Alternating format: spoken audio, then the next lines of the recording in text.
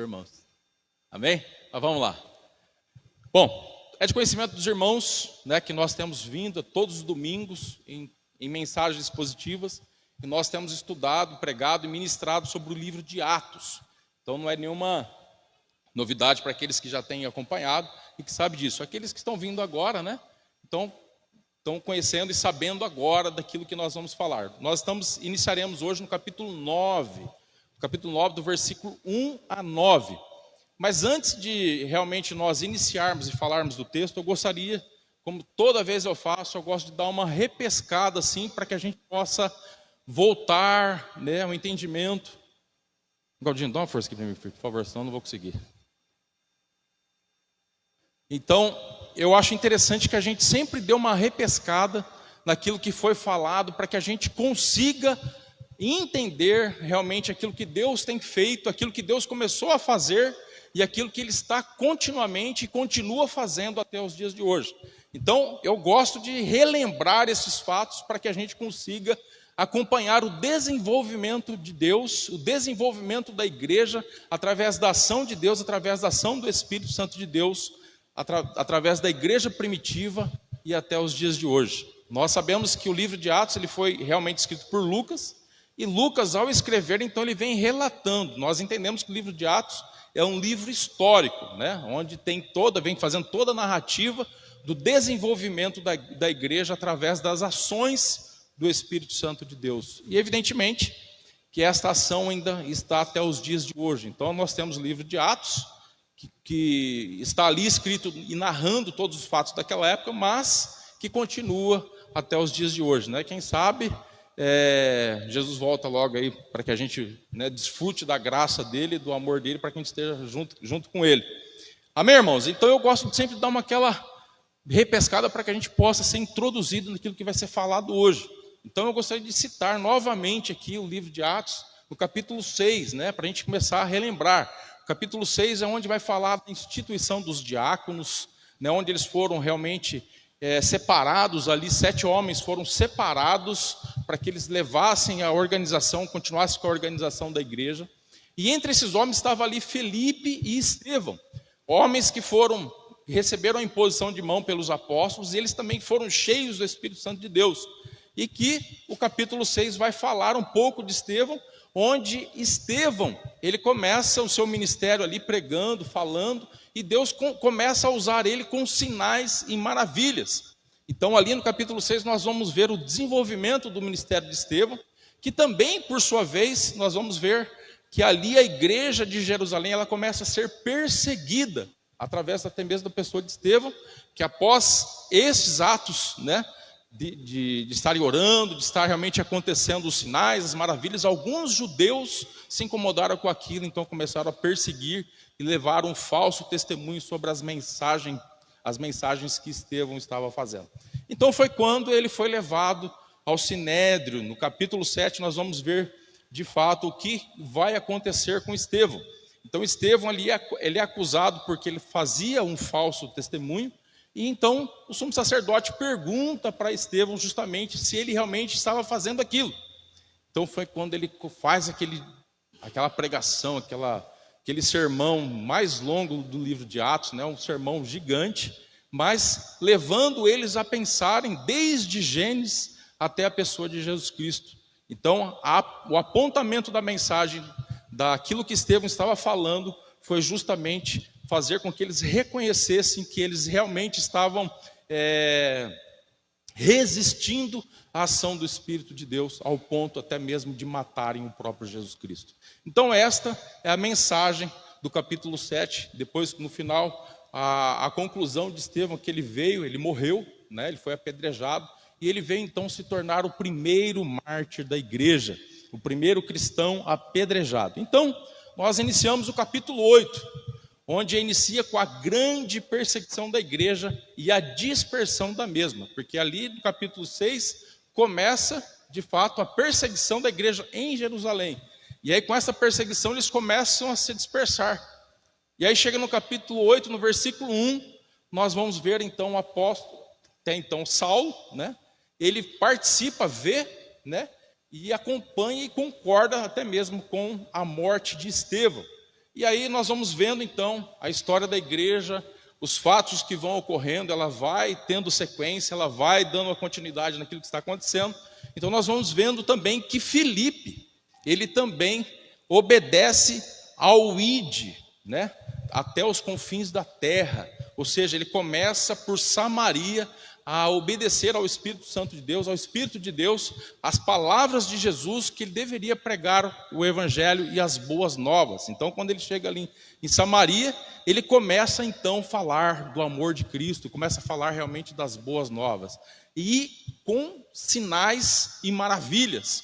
Este fato então ficou registrado, Lucas registra, para que isso ficasse em evidência, porque a consequência dessas mensagens fez com que realmente uma cidade toda ela fosse salva e alcançada pelo Senhor Jesus Cristo. Todos se arrependeram e foram salvos. E então nós vamos ver na sequência do capítulo 8, que nós também entendemos que há uma aprovação, né, do apóstolo Pedro e João, que vão até Samaria, né, e impõem as mãos sobre os samaritanos, e então eles são cheios do Espírito Santo de Deus. Então nós vemos que há uma aprovação, é uma fase de transição, né, que vai acontecer ali, dizendo assim, ó, os samaritanos também podem ser cheios do Espírito Santo de Deus. Então a aprovação dos apóstolos com relação ao evangelho que está sendo pregado em Samaria, e possivelmente a partir dali nasce então a igreja em Samaria,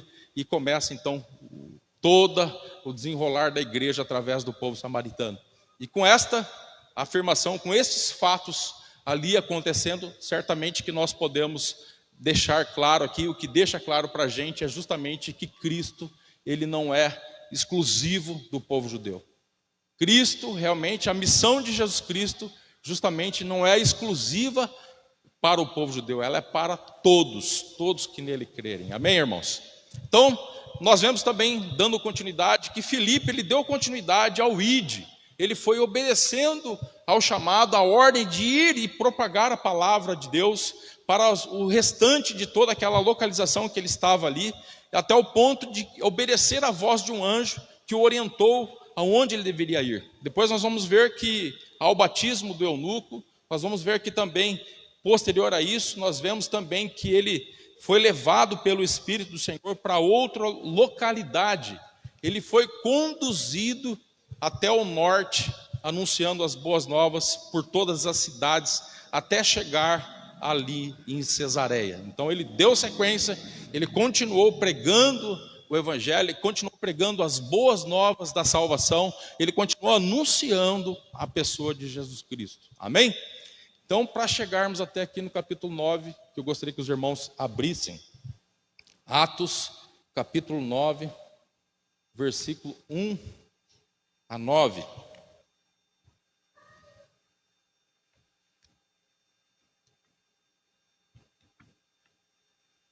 Atos, capítulo 9, versículo 1 a 9.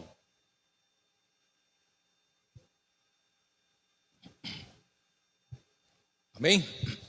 Todos acharam? O texto diz assim: enquanto isso, Saulo, motivado pela ânsia de matar os discípulos do Senhor, procurou o sumo sacerdote, pediu cartas para as sinagogas em Damasco, solicitando que cooperassem com a prisão de todos os seguidores do caminho, homens e mulheres que ali encontrasse, para levá-los como prisioneiros a Jerusalém. Quando se aproximava de Damasco, de repente uma luz do céu brilhou ao seu redor. Ele caiu ao chão e ouviu uma voz lhe dizer: Saulo, Saulo, por que você me persegue? Quem és tu, Senhor? Perguntou Saulo. E a voz respondeu: sou Jesus, a quem você persegue. Agora, levante-se e entre na cidade, onde lhe dirão o que fazer.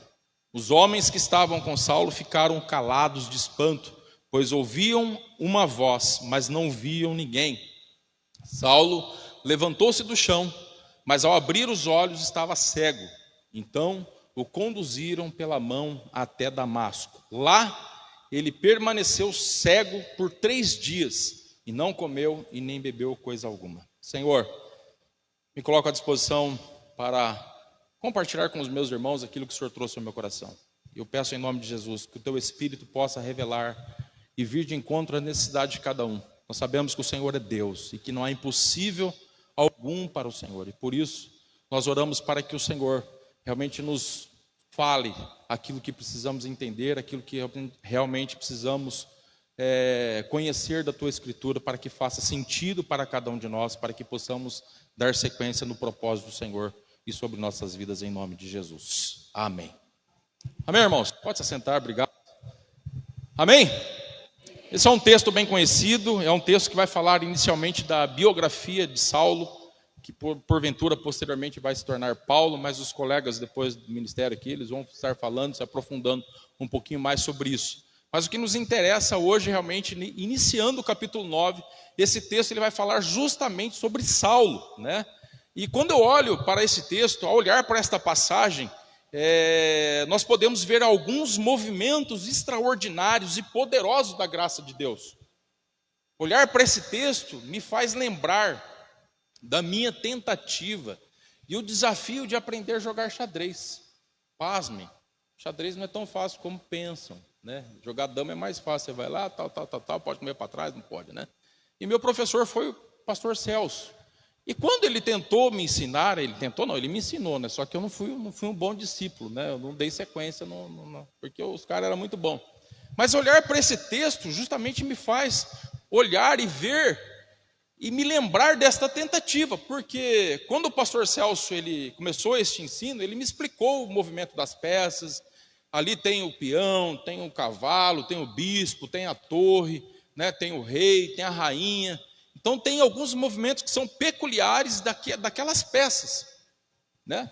Mas o que eu realmente me lembro, o que ele deixou bem claro, além dessas movimentações, o que ele dizia para mim era o seguinte: que para eu me tornar um bom jogador de xadrez, era necessário, né, que eu conseguisse fazer a leitura de vários movimentos, né, do meu próprio movimento ao jogar, e também fazer a leitura dos movimentos do adversário.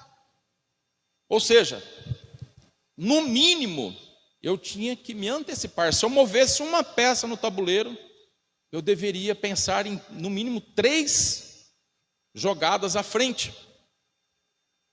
E, em sequência dessas 3 jogadas à frente, eu também deveria prever a jogada do adversário, porque cada movimentação iria conduzir realmente, de fato, o jogo e fazer com que a pessoa também fosse jogar diferente. Então, era necessário que eu fizesse isso aí para que eu me tornasse, de fato, um bom jogador. Então, olhar para esta passagem é olhar para Deus, é saber que Ele não é somente um grande arquiteto, né, como alguns o denominam, mas é poder enxergar Deus, que Deus ele é o grande Criador, que Deus Ele é o grande executor da sua própria obra, e Ele fará tudo o que for necessário para que a sua vontade seja concluída, para que a sua vontade se concretize.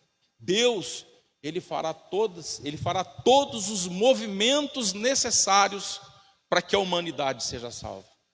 Então, se você está aqui hoje, saiba, né, que Deus, no seu tabuleiro, né, vamos dizer assim, né, no seu tabuleiro, Ele movimentou peças para que realmente todos nós fôssemos salvos. Então imagine isto dentro de um cenário onde a igreja, lá no passado, né, estava em meio ao caos, onde aquilo parecia um caos, a igreja sendo perseguida, né, que é onde nós entramos no nosso texto. Nós vamos ver que de fato Saulo estava perseguindo, não somente ele, mas os outros judeus também estavam perseguindo a igreja. Nós vamos ver que mesmo em meio a toda esta perseguição, tudo já era de conhecimento do próprio Deus, e tudo já estava preparado para que realmente as pessoas fossem alcançadas pela graça de Deus, pela misericórdia de Deus. Então hoje nós somos o resultado desta obra iniciada lá no passado pelo plano e pelo propósito de Deus. Amém? Então, o que nós conseguiremos entender nesta pequena passagem, nesses 9 versículos aqui citados, de uma forma bem resumida, o que nós conseguiríamos entender é que nós vamos enxergar um homem dominado pelo pecado. Um homem que ele era dominado pelo pecado de uma forma extrema. E aí nós também conseguimos identificar o encontro sobrenatural de um homem com Cristo.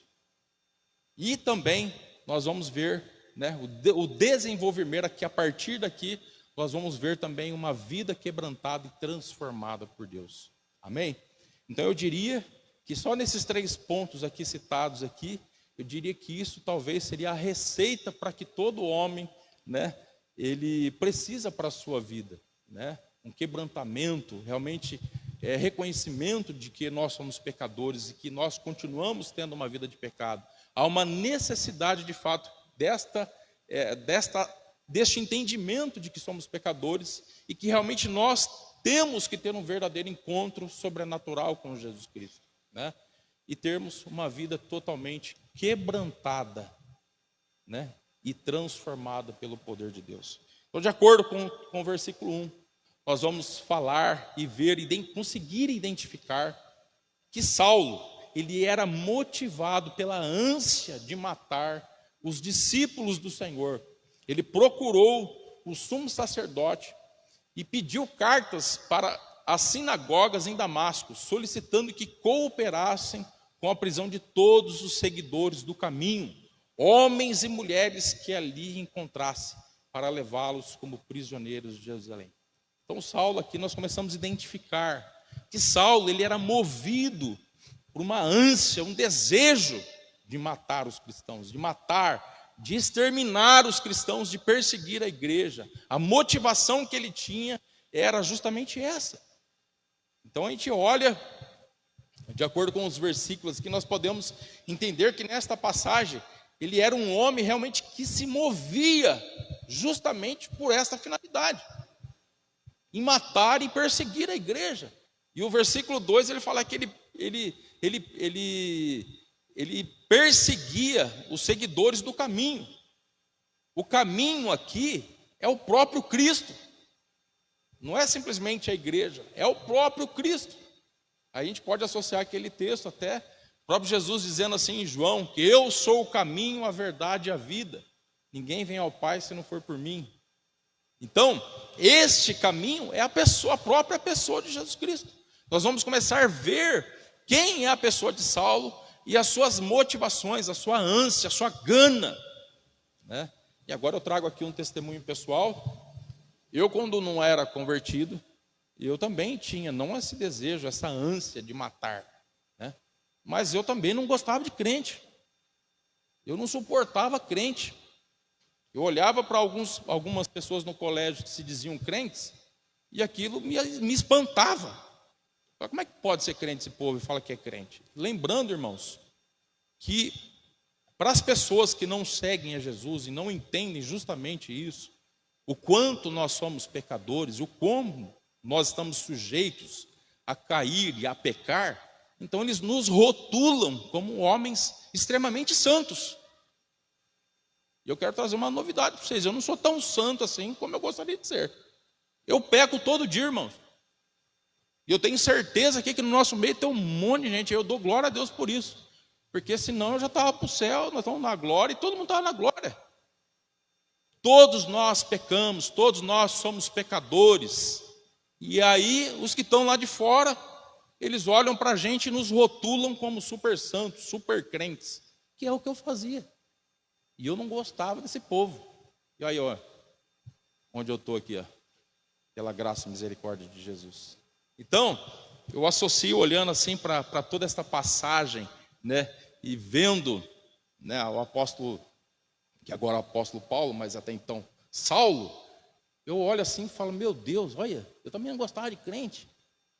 E eu me lembro que eu passava num estabelecimento aqui onde tinha 2 colegas, eles tinham se convertido, não vou nem falar o nome, porque senão a Amanda vai saber quem que é, morava perto da gente ali. E aí essas pessoas, elas se converteram e estavam na igreja lá, firme, forte, e eu fazia questão de passar todo dia lá e insultá-los. Eu cantava até música de crente para provocá-los, provocar a ira, porque eu não gostava de crente. Então, irmãos, eu olho para essa passagem, é poder ver, de fato, que o plano de Deus, né? Nós podemos entender que a natureza de Saulo era também daí para pior, ao ponto de querer matar. E ele era realmente extremamente um religioso. Imagine Paulo sendo um fariseu, um homem estudioso da lei. Ele era extremamente religioso e havia nele todas as características de uma pessoa exemplar para aquela época. Extremamente religiosa. Extremamente religiosa. Porém, o que fica claro para a gente, o que fica claro através da vida de Saulo, é que religiosidade, ela não salva ninguém. A religiosidade, vamos dizer assim, talvez ela deveria, de uma certa forma, nos aproximar de Deus, levar, né, uma aproximação maior do Senhor. Só que não. A religião, ela não significa que realmente nós temos Cristo em nossas vidas. E o que nós vemos comumente dentro das nossas igrejas, quando nós ouvimos os nossos colegas, nós vemos já passando de vários outros lugares. Eu já me converti em 1997 e essa história já é pregada. Jesus já pregava veemente contra a religiosidade. Jesus pregou, Jesus rebateu, Jesus refutou a hipocrisia, Jesus refutou de fato a religiosidade, dizendo que isso não significa nada e que isso não vai salvar. E o que já acontecia no passado continua acontecendo até os dias de hoje. Essa jornada de pessoas que às vezes até acham que são cristãs, que frequentam as igrejas, que estão estabelecidas dentro da igreja, até conhecem doutrinas, conhecem as histórias bíblicas, mas ainda não tiveram um verdadeiro encontro com Cristo, assim como aconteceu com Saulo. Então, quando nós olhamos para os próximos versículos, nós vamos ver que, de fato, isto aconteceu com Saulo. Um homem extremamente religioso, um homem extremamente, né, dedicado à lei, mas não tinha Cristo. Ele perseguia o caminho, ele perseguia os cristãos, ele queria desfazer realmente, e movido por um pensamento, talvez até eu diria aqui, achando que estava fazendo certo. E aí, lembrando aqui daquele texto, né, de Salomão, que diz sobre as nossas motivações, que muitas vezes é o que acontece conosco. Nós muitas vezes somos conduzidos a fazer o certo. Às vezes nós achamos que estamos fazendo o certo, e pode até parecer o certo, mas com a motivação errada. E o Senhor vai nos julgar por isso. E assim foi com Saulo. Ele achava que estava fazendo certo, que estava defendendo a Deus, perseguindo o próprio Filho de Deus, Jesus, o caminho. Então, quando nós olhamos para o versículo 3, nós vamos olhando, e o texto diz assim: quando se aproximava de Damasco, de repente uma luz do céu brilhou ao seu redor. Ele caiu no chão e ouviu uma voz dizer: Saulo, Saulo, por que me persegue? Quem és tu, Senhor? Perguntou Saulo. E a voz respondeu: sou Jesus, a quem você persegue. Agora, levante-se e entre na cidade, onde lhe dirão o que fazer. Então, o que acontece aqui, irmãos, com Saulo, nada mais é o que muitas vezes acontece com a gente. Nós estabelecemos alguns planos, nós formulamos planos para a vida, nós, até mesmo relacionado ao projeto de Deus na igreja, nós nos envolvemos no ministério, e muitas vezes nós achamos que estamos fazendo certo. Fazendo certo. E às vezes nós estamos até fazendo mesmo certo, mas com a motivação errada. Às vezes nós vemos aqui no ensaio aqui, para o louvor, e aí nós nos colocamos numa condição de ensaiar, porque nós queremos fazer o melhor. E nós não conseguimos. Semana aí, eu vi a Leandra aí, semana que passou, semana passada, ela está fazendo um curso online, se dedicando para poder adorar melhor ao Senhor. para poder servir ao melhor ao Senhor. Então, eu vejo uma dedicação, vi uma dedicação da parte dela, se esforçando, se dedicando para fazer o melhor, e com a motivação certa. Mas se ela chegar aqui, e a motivação não for a certa de adorar ao Senhor, vai ser tudo em vão. Vai ser tudo em vão. E aí o que nós olhamos então para essa passagem, que nós vamos ver que Saulo ele saiu literalmente com a motivação, com a ânsia, né, com o desejo de destruir a igreja, mas de repente ele foi surpreendido por Jesus Cristo, ao ver uma luz do céu que brilhou ao seu redor e ao ouvir uma voz lhe dizer: por que me persegue? Por que você está me perseguindo? Jesus pergunta: Saulo, por que você está me perseguindo? E aí, literalmente, ele caiu, veio ao chão. O texto não fala, mas imagino, a gente pode imaginar aqui, né? Porque até a gente pode usar uma expressão, né? Literalmente, ele caiu do cavalo, né? Talvez ele estava no jumento ou andando a pé, mas o fato é que ele caiu diante daquela luz. E até naquele momento, ele não imaginava e não fazia ideia de fato que Jesus estava vivo, que Jesus havia ressuscitado, que Jesus estava ali diante dele. Então ele não imaginava esse encontro. Saulo, ele faz um plano de sair ali de onde ele estava e ir até Damasco para pegar os cristãos, ir pegando todos os cristãos e para levá-los até Jerusalém, para que realmente eles fossem julgados por seguir o caminho, por seguirem a Jesus Cristo, para destruir a igreja. Então, Jesus se apresenta a ele de uma forma inesperada. Não sei como é que é a vida de vocês e como foi com vocês. Vou falar um pouquinho da minha vida aqui de novo. Eu não gosto disso, mas é que encaixa muito bem. Então vou dar o exemplo aqui. Quando eu comecei para a igreja, eu até fui para a igreja, mas não com a minha motivação certa. Porque quando eu fui para a igreja, eu fui para ver onde o pastor estava guardando dinheiro. Porque eu falava que pastor era vagabundo. O pastor não gostava de trabalhar. E a minha motivação, ela estava baseada até naquele momento, porque havia um grande momento da Igreja Universal que estava em evidência nas mídias, com músicas e aquelas coisas todas tal. E aí eu vi esses pastores aí que, né, começou, de repente, do nada, começou a ficar em evidência, a televisão começou a falar muito sobre isso tal. E então aquilo floresceu de uma forma totalmente diferente daquilo que realmente era para acontecer. Então eu ia para a igreja para ver realmente, de fato, a saber o que o pastor estava falando, se era verdade mesmo tudo aquilo. E eu ainda usava alguns termos para algumas pessoas e dizer o seguinte: eu estou indo para a igreja lá porque me falaram de um tal de Jesus aí, e eu quero ver se é tudo isso mesmo. Se Jesus, ele faz o que o povo, esses crentes estão falando que faz. Se ele transforma a vida.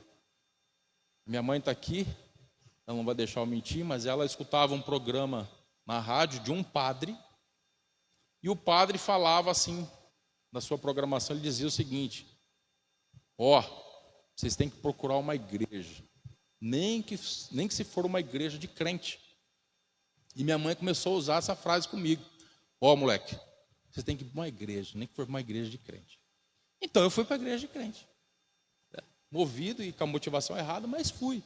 Então, irmãos, nem sempre a nossa motivação é a verdadeira, é a correta. Então o fato de eu ir para a igreja, eu queria resolver meu probleminha lá em casa, lá tal. Então eu ia para a igreja com a motivação errada, com um plano totalmente errado. E é então onde a obra de Deus acontece nas nossas vidas. Saulo, ele foi surpreendido por uma luz. Ele tinha totalmente um plano estratégico para chegar até Damasco, falando até com as pessoas das sinagogas, falando assim: me passa aí o endereço de onde está esses povos. Me passa aí o endereço onde eles estão aí, que eu vou buscar eles. Me ajuda aí que eu vou buscar esse povo. Então o plano dele era justamente esse: exterminar a igreja, exterminar os seguidores de Cristo, exterminar a história, mudar totalmente a história. Uma motivação, um plano, uma motivação totalmente errada. E assim foi na minha vida também, uma motivação totalmente errada. E muitas vezes acontece isso com a gente. Nós caminhamos achando que estamos fazendo certo e justamente temos uma motivação totalmente errada. E tudo isso realmente mudou nos planos de Saulo, porque quando ele se apresenta, quando ele se coloca diante daquela luz, que é Jesus se apresentando, Jesus ele foi direto para Saulo, falando para Saulo: por que você me persegue? Imediatamente, evidentemente, que ele quis saber quem que era esta pessoa. Ele quis saber quem era aquela pessoa que estava falando com ele. Então ele começa a perguntar: mas quem és tu? Quem és tu? E de acordo, com este cenário, nós vamos ver então ali que houve um encontro marcado por Deus, um encontro que Deus marcou de acordo com a sua própria vontade. Ali não foi o momento em que o filho se encontra com o pai, foi o pai que encontrou o próprio filho. E de acordo com esta passagem, o que nós podemos concluir é que o plano de Deus, ele está totalmente em ação. Então, quando eu falei agora há pouco aqui sobre a questão da estratégia, do xadrez aqui, é que olhar para todo este cenário, olhar para tudo isso que estava acontecendo aqui, nesta passagem de Atos, do capítulo 9, de versículo 1 a 9, nós vamos ver uma ação de Deus, para que realmente as demais, para que houvesse uma sequência no planejamento de Deus, para que a humanidade fosse salva.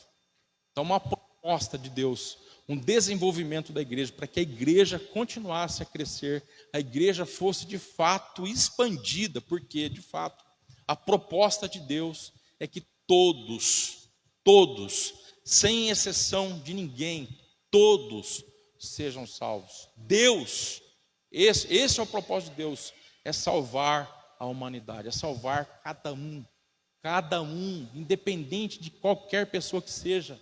Esse é o propósito de Deus, e Deus está no controle. Deus realmente ele se mantém no controle para todas essas coisas. Independente de mim, independente de missionário Galdino, pastor César, independente de qualquer pessoa que seja, Deus e o propósito de Deus vai se cumprir. A proposta de Deus em salvar a humanidade vai se cumprir, independente de quem quer que seja. Deus vai salvar todos aqueles que nele crê. Deus manterá a sua palavra. Deus manterá o seu propósito. A igreja poderia ser dispersa ali em Atos 8, quando começou a ouvir da perseguição, quando o caos se instalou. Mas aquilo que poderia de fato parecer o fim de tudo, foi quando tudo começou a se desenvolver, onde tudo começou de fato a se expandir e a igreja então se mover em direção da propagação da palavra. Deus, ele tem o seu próprio plano. Deus, ele também tem um próprio plano que envolvia a pessoa de Saulo, porque a igreja, ela havia necessidade de ser continuada. Então nós vemos ali que Filipe começou ali, Filipe continuou dando toda a assistência, pregando ali para toda aquela região. Depois nós vamos ver que o apóstolo Pedro, dando sequência em Jerusalém, e nós vamos ver então que aqui nessa passagem, a biografia de Saulo, nós vamos entender que depois Deus ele já estava preparando Saulo para que ele fosse dar sequência no desenvolvimento da igreja. E aí fica aquela frase que eu sempre uso aqui: hoje nós, através da palavra de Deus, nós conhecemos o jogo jogado. Então fica fácil para que nós possamos entender toda a história da igreja, toda a narrativa bíblica. E se a gente olhar lá no fundo e olhar para até agora, saber que teve homens que Deus escolheu para que a palavra chegasse até cada um de nós. Então me lembro, em 1997, quando Deus usou uma pessoa que vinha e falava assim: Márcio, vamos comigo na igreja? Ó, você já ouviu falar de Jesus? Você já conheceu a pessoa de Jesus Cristo? E essa pessoa foi usada, né? Evidentemente que outras pessoas haviam falado, mas nunca alguém como ele, ao ponto de eu ter um sentimento no meu coração de pagar a visita também, porque eu falava que ia pagar a visita, né? Então a motivação errada também, né? Então eu ia na igreja para pagar, não para ouvir realmente a voz de Deus, né? Então, irmãos, se nós formos fazer um exercício aqui, e nós formos olharmos para cada um de nós aqui, como que o Evangelho, como que esta palavra chegou para cada um de nós, nós vamos identificar que Deus usou uma pessoa. Deus usou um amigo, um vizinho, um colega, um parente. Deus usou alguém para que realmente esta mensagem chegasse a cada um de nós. E através desta mensagem nós conseguíssemos entender que nós somos pecadores e que se nós não nos arrependermos, nós não mudarmos de vida e nos rendermos de fato, termos um verdadeiro encontro com Jesus, abandonarmos de fato a religiosidade, nós vamos para o inferno. Nós iremos para o inferno. E esta de fato não é a vontade de Deus, porque o plano de Deus é que realmente todos, sem exceção de ninguém, sejamos salvos. Todos, sem exceção de ninguém, é que sejamos salvos. Amém? E para surpresa de Saulo, Jesus se apresentou, né, informando que ele era aquele que estava sendo perseguido. Então, quando, né, Saulo olha para aquela luz, vê tudo aquilo que estava acontecendo com ele, ele se apresenta, né, a Saulo. Então Jesus lhe dá também uma ordem para que ele fosse, né, entrasse ali em Damasco ali, e ele então seguisse até a cidade, e ali então ele iria saber o que iria fazer, né, dizer o que deveria ser feito. E posterior a este encontro, nós também podemos seguir com um texto nos versículos 7 a 9, e o texto diz assim: os homens que estavam com Saulo ficaram calados de espanto, pois ouviam uma voz, mas não viam ninguém. Saulo levantou-se do chão, mas ao abrir os olhos estava cego. Então o conduziram pela mão até Damasco. Lá permaneceu cego por 3 dias, e não comeu e nem bebeu coisa alguma. Então, imagine aqui, olhando para o texto aqui, né? Saulo, né, o destemido, todo poderoso, aquele que perseguia, que matava, né? O Bambam, né? E aí de repente ele encontra uma luz diante dele, ele cai no chão e começa a falar com aquela luz ali, e aquelas pessoas que estavam ali junto com ele ali, ouvindo a voz, né? E olhava e não via ninguém. E aí Lucas deixa registrado aqui que eles ficaram, né, totalmente calados, né? Eles ficaram calados, mas com espanto. Ficaram espantados. Imagine a cena, irmãos. Você está ali, vê uma luzona assim diante de você ali, e você começar a falar com a luz ali, e aí de repente você não vê ninguém. Então foi isso que aconteceu. Saulo, ele se levantou, mas ao abrir os olhos, ele estava cego. Ele ficou cego. E então o conduziram pela mão até Damasco. Então aí esses homens cataram Saulo e os conduziram, e foram todos ali para Damasco. E lá ele permaneceu cego por 3 dias e não comeu e nem bebeu coisa alguma. Como resultado desta passagem, nós vamos ver realmente o espanto destes homens, mas também temos e vemos que Saulo, que após este encontro, ele ficou cego, mas ao ponto de ter que ser conduzido pelas próprias mãos, de não enxergar nada, justamente como um resultado deste encontro. E nós vamos ver então aqui que aquela caminhada que eles caminhavam cheios de si, né? Até então ali eles estavam cheios de si, com o plano de fato de destruir a igreja, de destruir aqueles que seguiam a pessoa de Jesus Cristo. todo homem todo poderoso, um homem forte, destemido, mas que de repente se prostra diante do Criador, de Jesus Cristo, se prostra diante da pessoa de Jesus, né? O Todo-Poderoso se dobra, né, diante daquele que ele estava perseguindo. Então o perseguidor, né, acaba sendo abraçado, né, pelo próprio Cristo. E que de agora por diante, a sua vida, então, ela começa a ser totalmente transformada. Então, irmãos, lição aqui: todos aqueles que de fato têm um verdadeiro encontro com Cristo, é impossível que essa pessoa não seja transformada pelo poder de Deus. E esta, de fato, é toda a narrativa daquilo que esse texto está nos dizendo, daquilo que esta passagem está nos mostrando. A biografia de hoje, né, falando de Saulo, que depois, posteriormente, vai se tornar apóstolo Paulo, né? Então nós vamos ver que realmente esta aparição de Jesus realmente transformou a vida deste homem.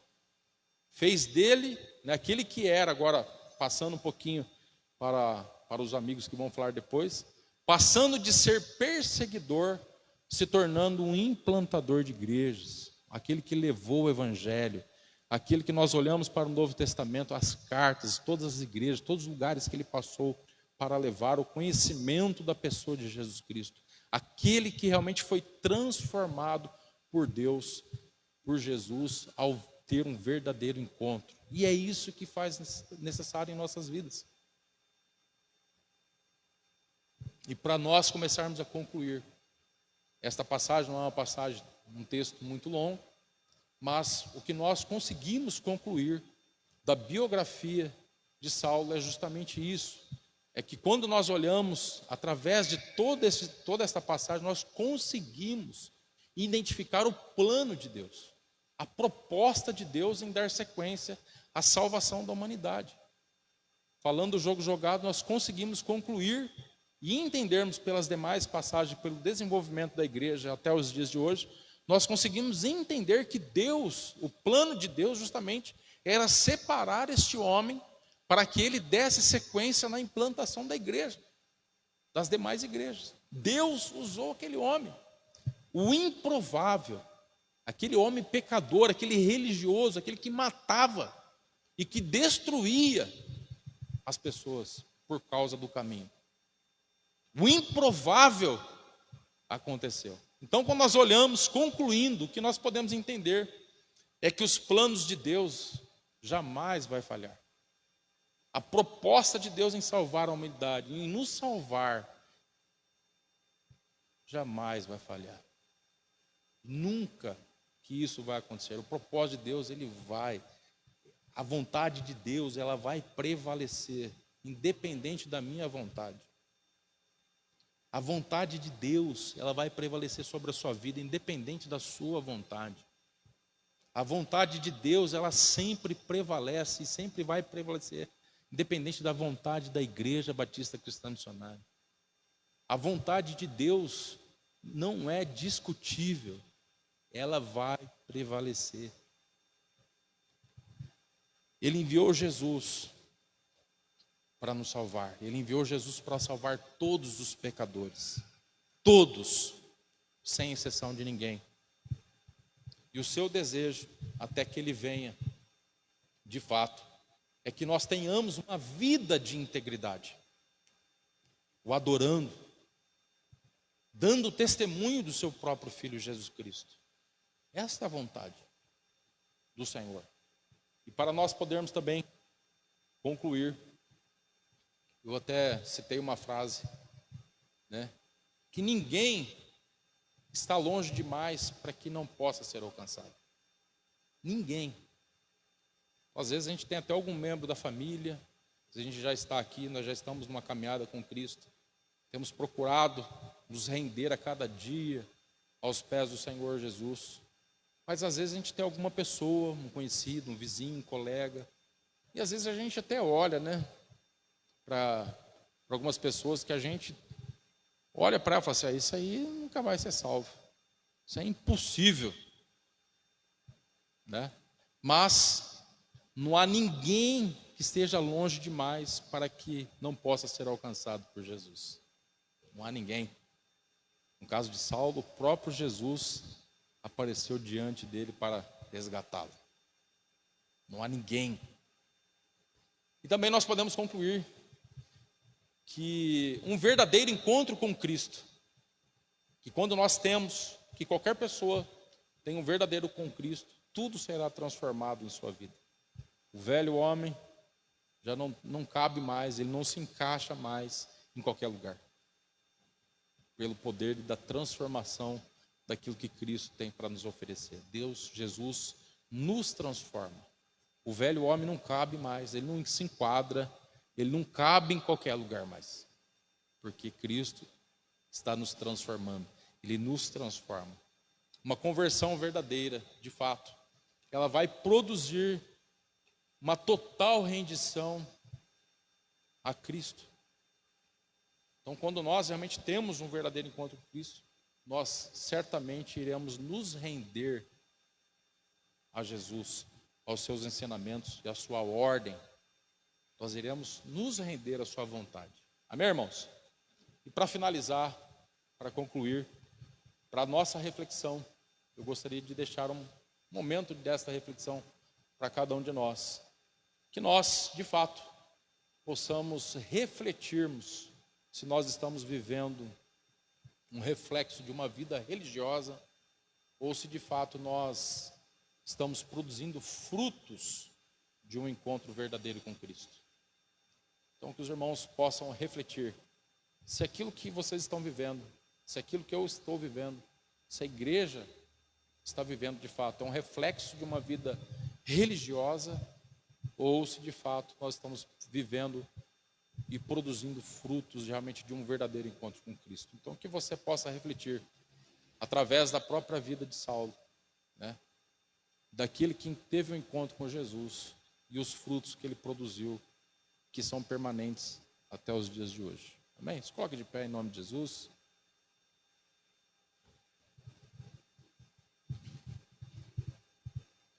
Senhor, eu quero agradecer ao Senhor por esta palavra. Quero te louvar por esta passagem, onde Lucas deixou registrado todo o início da biografia da vida de Saulo. Nós hoje temos o conhecimento da tua palavra, nós sabemos que nós estamos vivendo o fruto do trabalho, não somente dele, mas de tantos outros que passaram, que vieram, que pagaram um preço para que a tua palavra fosse pregada. E não é diferente nos dias de hoje. Tem muitos irmãos em outras culturas que estão sofrendo para ministrar a tua palavra. Muitos estão sendo mortos, apanham por causa do teu amor. E em nome de Jesus eu quero orar ao Senhor para que o Senhor de fato nos perdoe quando nós realmente não temos expressado e temos tido uma vida com expressão de um fruto de uma vida transformada ao encontrarmos o teu Filho Jesus. Nos perdoa, meu Deus, quando nós não somos o exemplo que deveríamos ser. Talvez estejamos vindo à igreja, talvez vamos até no grupo de estudo, vamos na célula, vamos em todos os lugares, todos os eventos que a igreja propõe, mas talvez com a motivação errada. Por isso, meu Deus, em nome de Jesus, nos perdoa, Senhor, e nos ajude a expressarmos de fato a presença do teu Filho Jesus, de uma vida transformada por amor, por misericórdia, por perdão. Ó Deus, ao anunciar o teu amor, ao anunciar às pessoas que Cristo de fato pode transformar a vida de cada um. Por isso, meu Deus, em nome de Jesus, nos leva, que o teu Espírito nos leve a esta consciência de que a religiosidade não nos levará a estarmos com o Senhor na glória, mas o caminho Jesus Cristo, só a pessoa de Jesus nos conduz a este caminho da salvação eterna ao estarmos com o Senhor. Por isso, em nome de Jesus, nos permita produzirmos frutos para a tua glória, frutos de transformação. Por isso, ajude os meus irmãos, me ajude a cada um de nós, para que possamos produzir frutos de fato para a glória do Senhor, que possamos produzir sementes que ao plantarmos essa semente no coração de colegas, de nossos vizinhos, essa semente ela possa germinar fruto de transformação na vida delas. Porque onde o Senhor Jesus passa, tudo é transformado. Onde o Senhor está, tudo é modificado, tudo é transformado. Por isso, em nome de Jesus, nos abençoe para a glória do teu nome. Em nome de Jesus. Amém.